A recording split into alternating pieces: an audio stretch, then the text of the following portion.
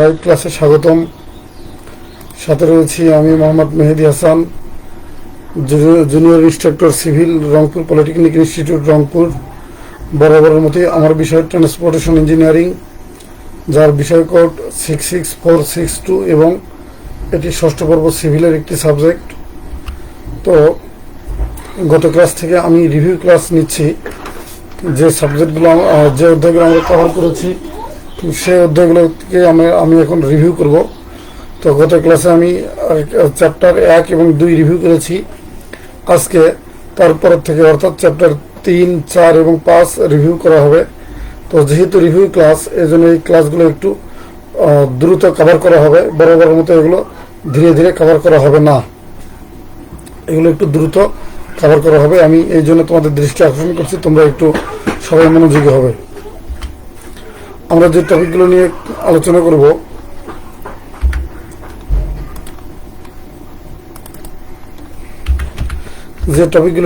করব, সেগুলো এখানে দেখানো হয়েছে, যে দৃশ্যমান দূরত্বের সংজ্ঞা ও গুরুত্ব, তারপরে প্রতিক্রিয়ার সময় ও প্রতিক্রিয়া দূরত্ব, ব্রেকিং সময়, ব্রেকিং দূরত্ব, দৃশ্যমান দূরত্বের প্রকারভেদ, থামার দৃশ্যমান দূরত্ব ও অতিক্রমের দৃশ্যমান দূরত্ব এবং গাণিতিক সমস্যার সমাধান। তো দৃশ্যমান দূরত্বের সংজ্ঞা এবং গুরুত্ব সম্পর্কে আমরা প্রথমেই বলবো। দৃশ্যমান দূরত্বের সংজ্ঞা হচ্ছে যে একজন চালক তার নিজের আসনে বসে তার সামনে যতটুকু দূরত্ব বাধাহীনভাবে দেখতে পারে, সেটা হচ্ছে তার দৃশ্যমান দূরত্ব। তো দৃশ্যমান দূরত্ব কেন প্রয়োজন? গাড়িকে যথাযথ স্থানে ব্রেক করার মাধ্যমে দুর্ঘটনা রোধ করার জন্য, অপেক্ষাকৃত ধীর গতির গাড়িকে অতিক্রম করার জন্য, অপেক্ষাকৃত দ্রুত গতির গাড়িকে সাইড প্রদান করার জন্য। প্রতিক্রিয়ার সময় ও দূরত্ব। প্রতিক্রিয়ার সময় হচ্ছে কোনো বাধা দেখা হতে ব্রেক চাপা পর্যন্ত যে সময়, এটা হচ্ছে প্রতিক্রিয়ার সময়। প্রতিক্রিয়ার সময়ের ভিতরে আবার উপলব্ধির সময় রয়েছে এবং ব্রেক প্রতিক্রিয়ার সময় রয়েছে। তো উপলব্ধির সময় হচ্ছে কোনো বাধা দেখা হতে ব্রেক করার সিদ্ধান্ত নেওয়া পর্যন্ত সময়, এটা হচ্ছে উপলব্ধির সময়, যেটা 1.5 সেকেন্ড হতে 2 সেকেন্ড হয়ে থাকে। আর প্রতিক্রিয়ার সময় হচ্ছে ব্রেক করার সিদ্ধান্ত নেওয়া হতে ব্রেক করার সময় পর্যন্ত, ব্রেক করা পর্যন্ত যে সময়, সেটা হচ্ছে প্রতিক্রিয়ার সময়। তাহলে উপলব্ধির সময়টা হচ্ছে কোনো বাধা দেখা থেকে ব্রেক করার সিদ্ধান্ত নেওয়া পর্যন্ত সময়, উপলব্ধির সময়। আর ব্রেক করার সিদ্ধান্ত নেওয়া হতে ব্রেক করা পর্যন্ত যে সময়, এটা হচ্ছে ব্রেক প্রতিক্রিয়ার সময়। তো উপলব্ধির সময় হচ্ছে 1.5 সেকেন্ড হতে 2 সেকেন্ড, আর ব্রেক প্রতিক্রিয়ার সময় হচ্ছে 0.5 সেকেন্ড থেকে 1 সেকেন্ড। তার মানে দুটা মিলিয়ে আমাদের দ্বারায় 2 থেকে 3 সেকেন্ড, কিন্তু এটা সাধারণত 2.5 সেকেন্ড ধরা হয়। আমি আশা করছি তোমরা যারা আমার ভিডিওটি দেখছো সবাই নির্বিঘ্নেই দেখতে পাচ্ছ এবং শুনতে পাচ্ছ। কোনো সমস্যা হয়ে থাকলে তোমরা কমেন্টে জানাবে। আমি আবার আমার টপিকে ফিরে যাচ্ছি।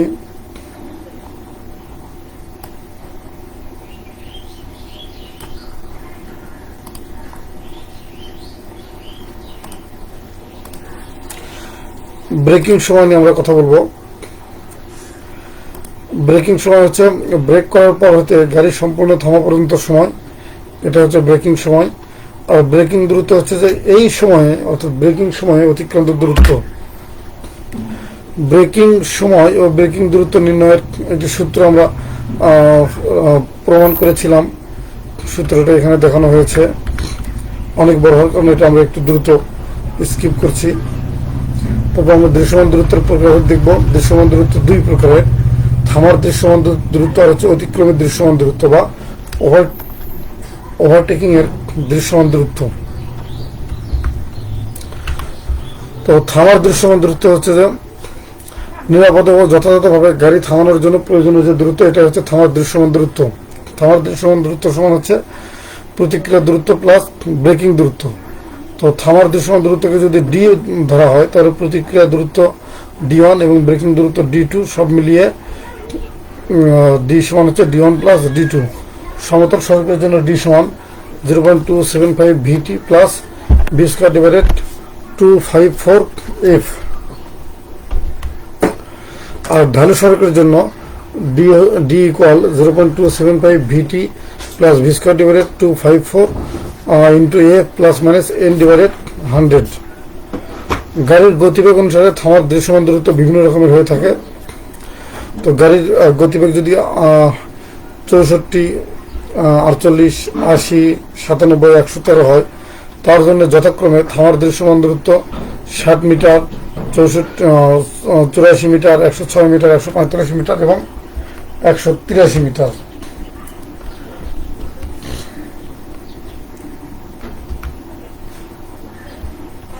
অতিক্রমের দৃশ্যমান দূরত্ব।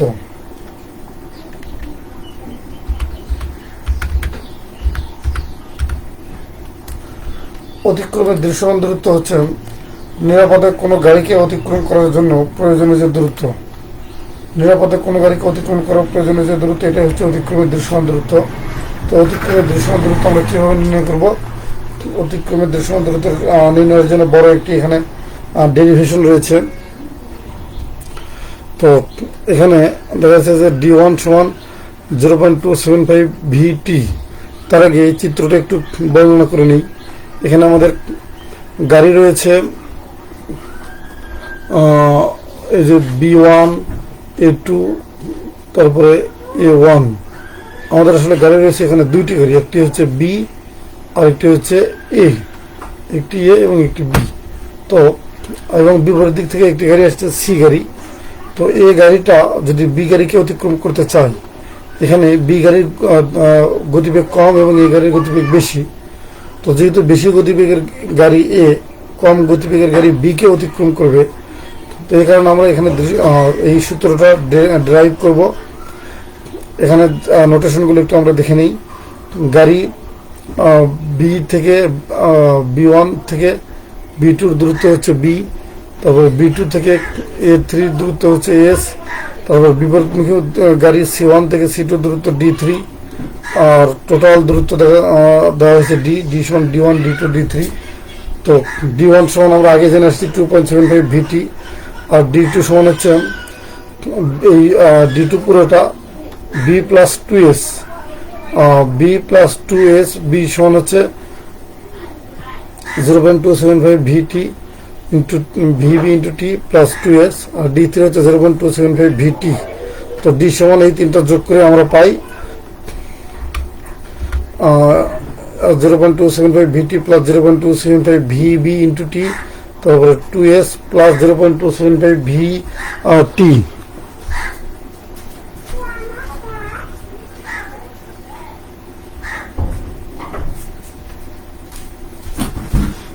তো আমরা থামার দৃশ্যমান দূরত্ব নির্ণয় করলাম। এখন গাড়ির গতিবেগ অনুসারে থামার দৃশ্যমান দূরত্ব বিভিন্ন রকমের হয়ে থাকে। 48, যদি গাড়ির গতিবেগ 48 কিলোমিটার পার আওয়ার হয়ে থাকে, সেক্ষেত্রে থামার জন্য প্রয়োজনীয় দূরত্ব 183 মিটার এবং আবশ্যিক দূরত্ব 152 মিটার। একইভাবেই বিভিন্ন গতিবেগের জন্য বিভিন্ন রকম দূরত্ব দেখানো হয়েছে। প্রিয় শিক্ষার্থীরা, তোমরা যদি এই ভিডিওটি আবার পুনরায় দেখতে চাও, তাহলে তোমরা এই ঠিকানা ভিজিট করে দেখতে পারো। আমরা অধ্যায় 3 এখানে শেষ করবো। এখন অধ্যায় 4 চলে যাব।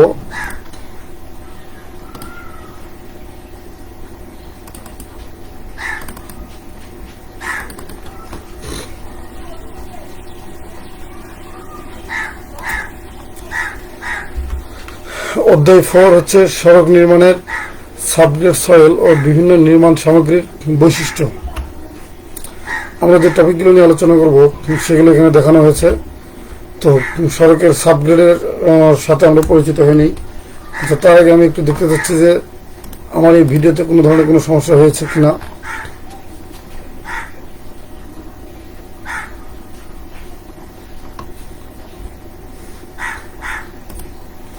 আচ্ছা, সড়কের সাবগ্রেডের সঙ্গে আমরা দেখব সাবগ্রেড হচ্ছে সড়কের সর্বনিম্ন স্তর যা সড়ক কাঠামোকে ধারণ করে। তারপরে সড়কের সাবগ্রেডকে সড়কের ভিত্তিও বলা হয়ে থাকে এবং এটি সড়কের সবচেয়ে গুরুত্বপূর্ণ একটি অংশ। তো একটি চিত্রের মাধ্যমে সড়কের বিভিন্ন উপাংশগুলো দেখানো হয়েছে। একদম নিচের অংশ যেটা, সেটা দেখানো হয়েছে যে সাবগ্রেড, ইংরেজিতে নাম লেখানো হয়েছে সাবগ্রেড।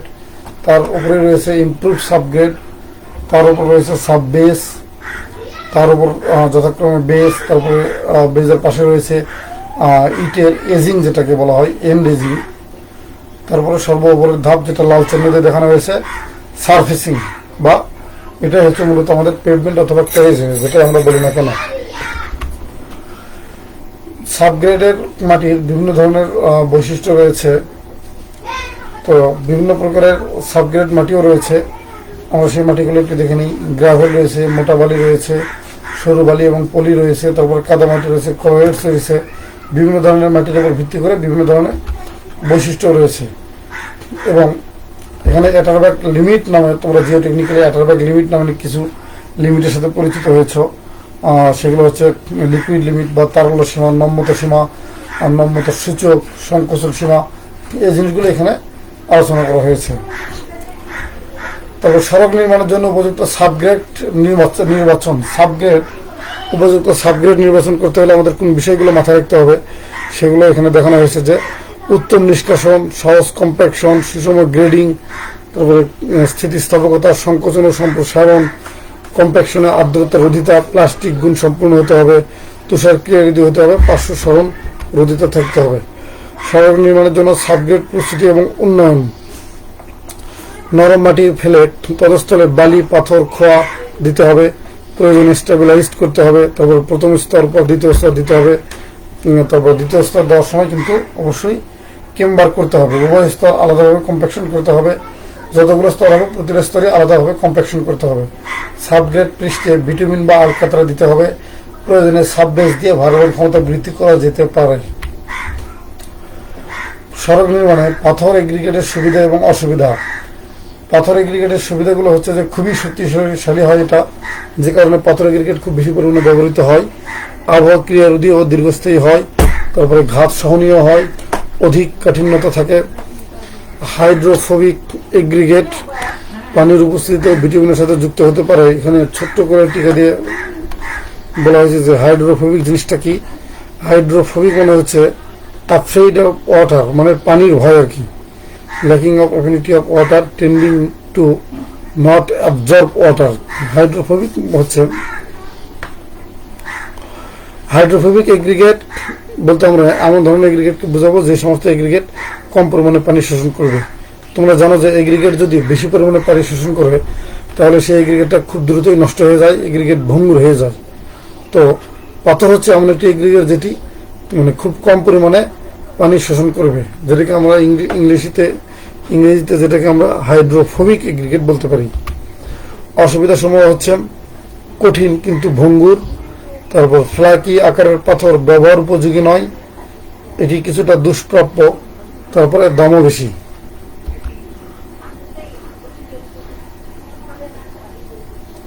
ইটের এগ্রিগেটের সুবিধা এবং অসুবিধা। সুবিধা হচ্ছে যে শক্তিশালী ঘাত সহ ও কাঠিন্যতা গুণ সম্পূর্ণ, সহজপ্রাপ্য ও দাম কম, যানবাহন চলাচলের শব্দ কম হয়, ভিটামিন সড়কের বেস কোর্স হিসেবে ব্যবহৃত হয়। আর অসুবিধা হচ্ছে এটি ভারী যানবাহন চলাচলের জন্য অনুপযোগী নয়, ভেঙে যায় এবং ধুলা হয়, ছিদ্রময় বিধায় পানি শোষণ করে।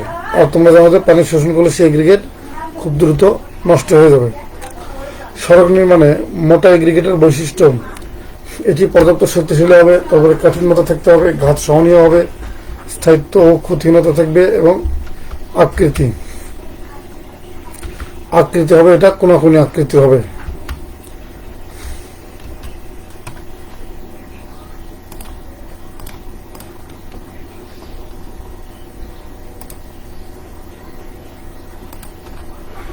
সড়ক নির্মাণে ব্যবহৃত এগ্রিগেটের পরীক্ষা। এগ্রিগেটের অনেক ধরনের পরীক্ষা রয়েছে, অ্যাব্রেশন টেস্ট, তারপরে attrition test, Los Angeles abrasion test, aggregate crushing test, তারপর ইম্প্যাক্ট টেস্ট, টিএফভি টেস্ট মানে 10% ফাইননেস ভ্যালু, তারপর soundness test, specific gravity test, water absorption test, তারপরে শেপ টেস্ট। শেপ মানে হচ্ছে আকার আকৃতি। ভিটামিন ও ভিটামিন জাতীয় পদার্থের পরিচিতি।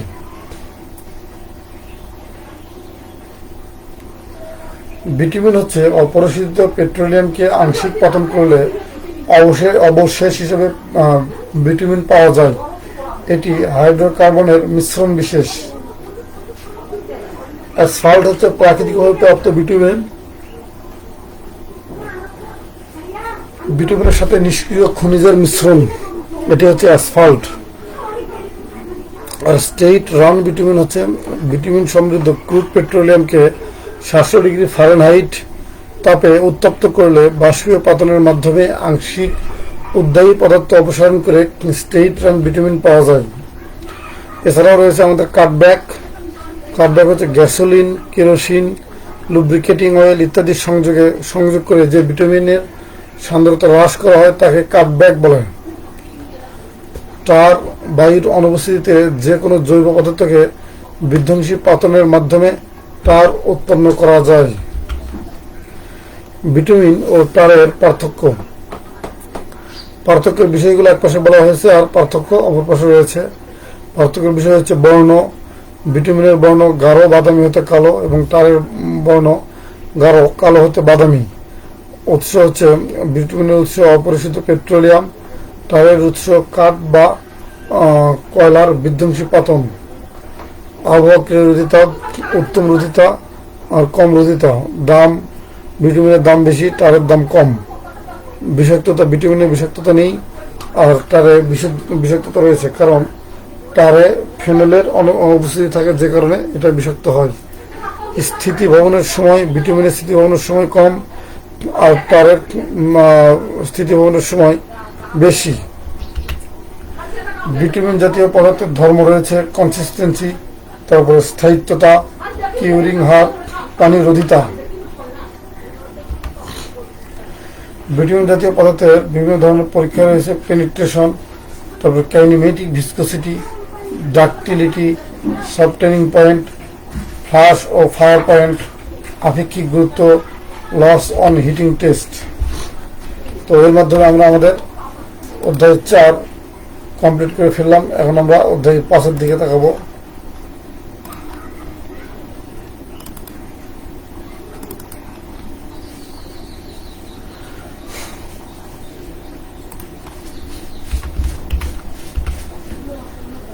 অধ্যায় 5-এর নাম হচ্ছে আমাদের সড়কের গঠন ও শ্রেণী বিভাগের ধারণা।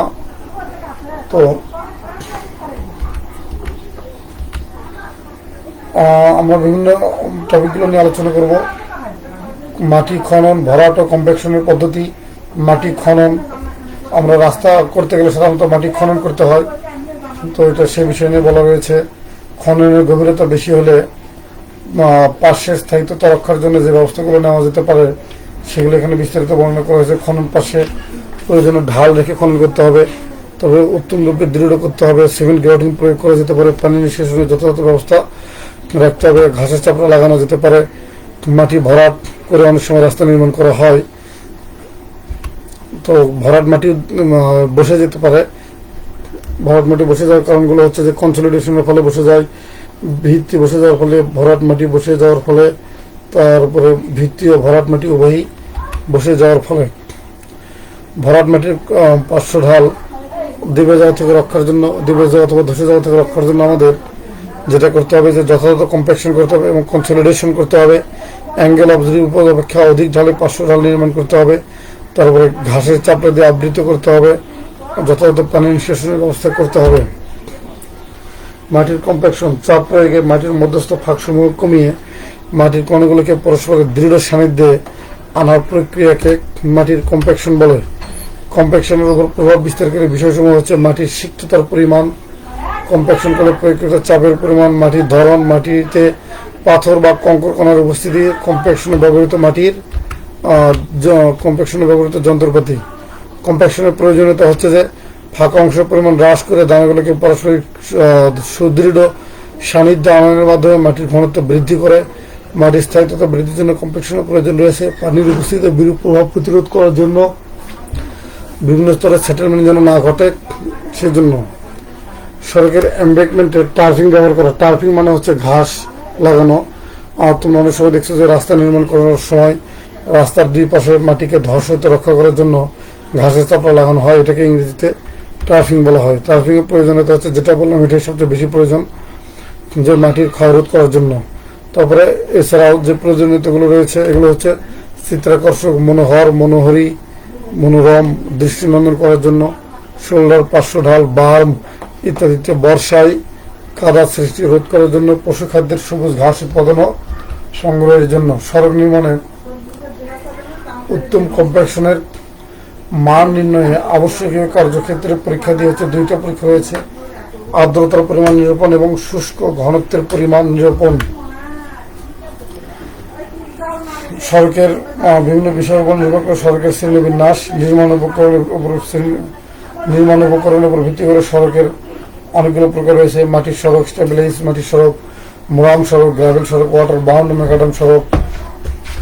তারপরে যানবাহন চলাচলের উপর ভিত্তি করে সড়ক রয়েছে, যানবাহনের ধরনের উপর ভিত্তি করে রয়েছে, লেনের সংখ্যার উপর ভিত্তি করে, যানবাহন চলাচলের দিকের উপর ভিত্তি করে, যানবাহন চলাচলকারী এলাকার উপর ভিত্তি করে, তারপরে নির্মাণ ব্যয়ের উপর ভিত্তি করে সড়কের প্রকারভেদ রয়েছে: স্বল্প ব্যয় সড়ক, মধ্যম ব্যয় সড়ক, উন্নত মানের সড়ক। দৃঢ়তার উপর ভিত্তি করে সড়ক, সবচেয়ে আমাদের যেটা দরকার, সড়কের দৃঢ়তার উপর ভিত্তি করে সড়ক 2 প্রকারের, যথা অনমনীয় সড়ক এবং হচ্ছে নমনীয় সড়ক, রিজিড পেভমেন্ট এবং হচ্ছে ফ্লেক্সিবল পেভমেন্ট।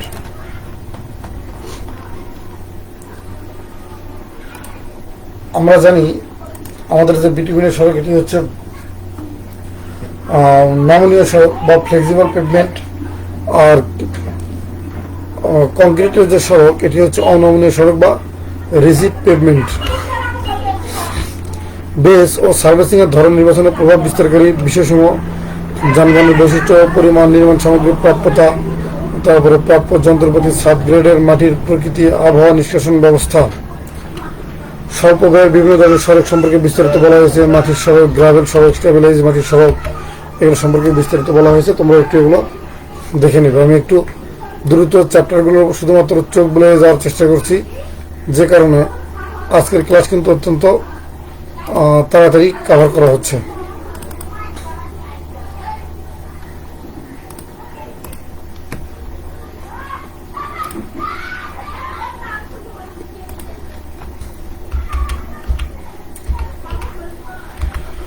তো বিভিন্ন প্রকার সড়কের সাথে আমরা পরিচিত হচ্ছিলাম। এর ভিতরে রয়েছে ওয়াটার বাউন্ড ম্যাকাডাম সড়ক।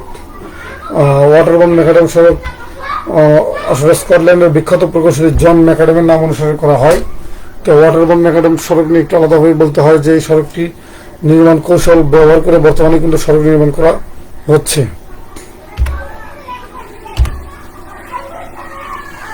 বিটুমিনের সড়ক নির্মাণের পদ্ধতি সম্পর্কে আমরা জানবো। বিটুমিনজাত সামগ্রী বা ধূলি সামগ্রী হিসেবে ব্যবহার করে যে সড়ক নির্মাণ করা হয়, এটা হচ্ছে বিটুমিনাস সড়ক। তো বিটুমিনের সড়ক এবং আরসিসি সড়ক নির্মাণের ধাপগুলো আমরা একটু দেখে নিই।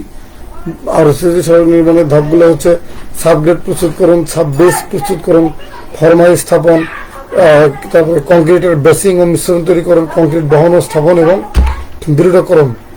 তারপর সমাপ্তিকরণের ভিতরে রয়েছে floating, straight edging, belting, brooming, edging, সর্বশেষ রয়েছে কিউরিং। ওয়াটার বাউন্ড ম্যাকাডাম সড়কের রক্ষণাবেক্ষণ সম্পর্কে অনেক কিছু বলা হয়েছে। যেহেতু এটি খুব হালকা সড়ক, এই জন্য যথাযথ রক্ষণাবেক্ষণ না করলে এটি খুব দ্রুত সহজেই নষ্ট হয়ে যেতে পারে।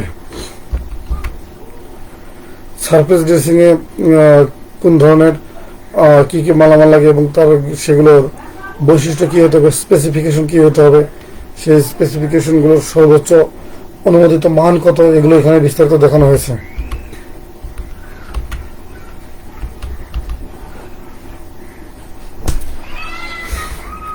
বিটুমিনাস সড়ক নির্মাণ পদ্ধতি বিস্তারিত বর্ণনা করা হচ্ছে। এখন আমরা দেখব যে বিটুমিনাস সড়কের সুবিধা ও অসুবিধা। বিটুমিনাস সড়কের সুবিধা হচ্ছে যে এটি দ্রুত নির্মাণ করা যায়, নির্মাণ ব্যয় কম, তারপর যানবাহন চলাচলের শব্দ এবং কম হয়, আলোর প্রতিফলনের পরিমাণ কম হয়। আর অসুবিধা হচ্ছে যে এটি সহজেই পানিতে নষ্ট হয়ে যায়, নির্মাণ ব্যয় কম হলেও রক্ষণাবেক্ষণ ব্যয় খুবই বেশি, তারপর স্লিপ এবং স্কিড ঘটার সম্ভাবনা বেশি। প্রাইম কোট, সিল কোট এবং ট্যাগ কোটের ভিতর পার্থক্য দেখানো হয়েছে। ট্যাগ কোট, প্রাইম কোট এবং সিল কোটের ভিতর পার্থক্য দেখানো হয়েছে। ট্যাগ কোট হচ্ছে ওয়ারিং সার্ভিস ও সড়ক পৃষ্ঠের দৃঢ় বন্ধনের জন্য সড়ক পৃষ্ঠে কম সান্দ্রতার বিটুমিনে যে হালকা প্রলোভিত হয়, এটা হচ্ছে ট্যাগ কোট। প্রাইম কোট হচ্ছে সড়ক পৃষ্ঠের আলগা এগ্রিগেট ও বেজের বন্ধন সৃষ্টি করে ওয়ারিং সার্ফেসের সাথে সংযোগ দেওয়ার জন্য তরল বিটুমিনের যে হালকা স্তর দেওয়া হয় সড়ক পৃষ্ঠকে পানি অভেদ্য ঘর্ষণ মুক্ত ও চলাচলে আরামদায়ক করার জন্য পাথরকুচি বা বালি ও বিটুমিনের মিশ্রণের যে কম পুরুত্বের স্তর দেওয়া হয়। বিভিন্ন প্রকারের জোড়া নিয়ে আমরা একটু কথা বলবো। লম্বা লেমু জোড়া রয়েছে, আড়াআড়ি জোড়া রয়েছে, তারপর সংকোচন জোড়া, প্রসারণ জোড়া, ওভারপিং জোড়া, নির্মাণ জোড়া রয়েছে। খুব গুরুত্বপূর্ণ একটি কোশ্চেন যে টাই বার এবং ডায়াল বারের ভিতর পার্থক্য। টাই বার হচ্ছে লম্বা লেবু জোড়ায় আড়াআড়ি ভাবে রাস্তায় যে রড ব্যবহার করা হয় এটা হচ্ছে টাই বার। আর ডায়াল বার হচ্ছে সংকোচন জোর ও প্রসারণ জোরের আড়াআড়িতে যে রড ব্যবহার করা হয় স্ল্যাবের উপর আগত ভারকে অন্য স্ল্যাবের উপর স্থানান্তর করা হয় আর সমাহারের সংকোচন ও প্রসারণ ঘটার সুযোগ সুবিধা দান করে। টাই বার পীড়ন প্রতিরোধ করে, ডায়াল বার পীড়ন প্রতিরোধ করে না। টাই বার ব্যবহারে লুব্রিকেন্ট জাতীয় পদার্থ ব্যবহার করা হয় না, কিন্তু ডায়াল বার ব্যবহারে লুব্রিকেন্ট জাতীয় পদার্থ ব্যবহার করা হয়। তারপরে নমনীয় এবং অনমনীয় পেভমেন্টের পার্থক্য দেখানো হয়েছে, আমি আর সেগুলো বিস্তারিত আলাপ করলাম না। তো তোমরা এই ভিডিওটিও যদি পুনরায় দেখতে চাও তাহলে স্ক্রিনে দেখানো এই ঠিকানা ভিজিট করে তোমরা আবার পুনরায় দেখতে পারো। তো সবাইকে ধন্যবাদ জানিয়ে আমি আজকের মতো ক্লাসটি এখানে শেষ করছি। আল্লাহ হাফেজ।